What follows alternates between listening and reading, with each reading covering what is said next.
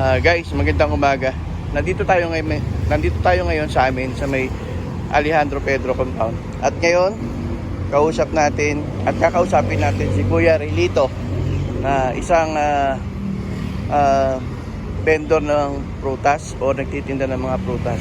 Ayan siya, si Kuya Relito. Yan, Kuya Relito, may mga itatanong lang ako sa iyo. Ilang taong ka na nagtitinda ng prutas? Ano na, simula nung lockdown.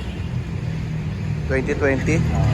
Simula nung lockdown hanggang ngayon, 4 years na, 4 na taon.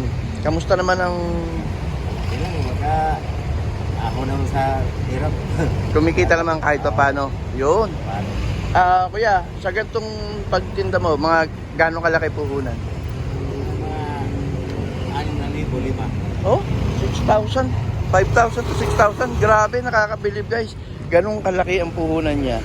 At ang nakakabilib, maghapon ka ba nagtitinda? Hapon, hanggang alas 7 ang uwi ko sa bahay. Alas 7 ng gabi. Tapos ang paligid mo, ang ikot mo saan? Ang ruta mo? Malayo, papuntang Mabilog, Palayan. Mabilog Palayan pa, Central, Yes. tapos Tandang Sora.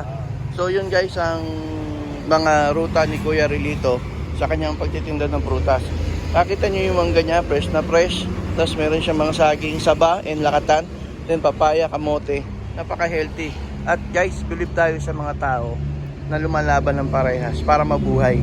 At sana marami pang tumulad kay Kuya Relito sa pagtitinda, sa pagbabanat ng buto.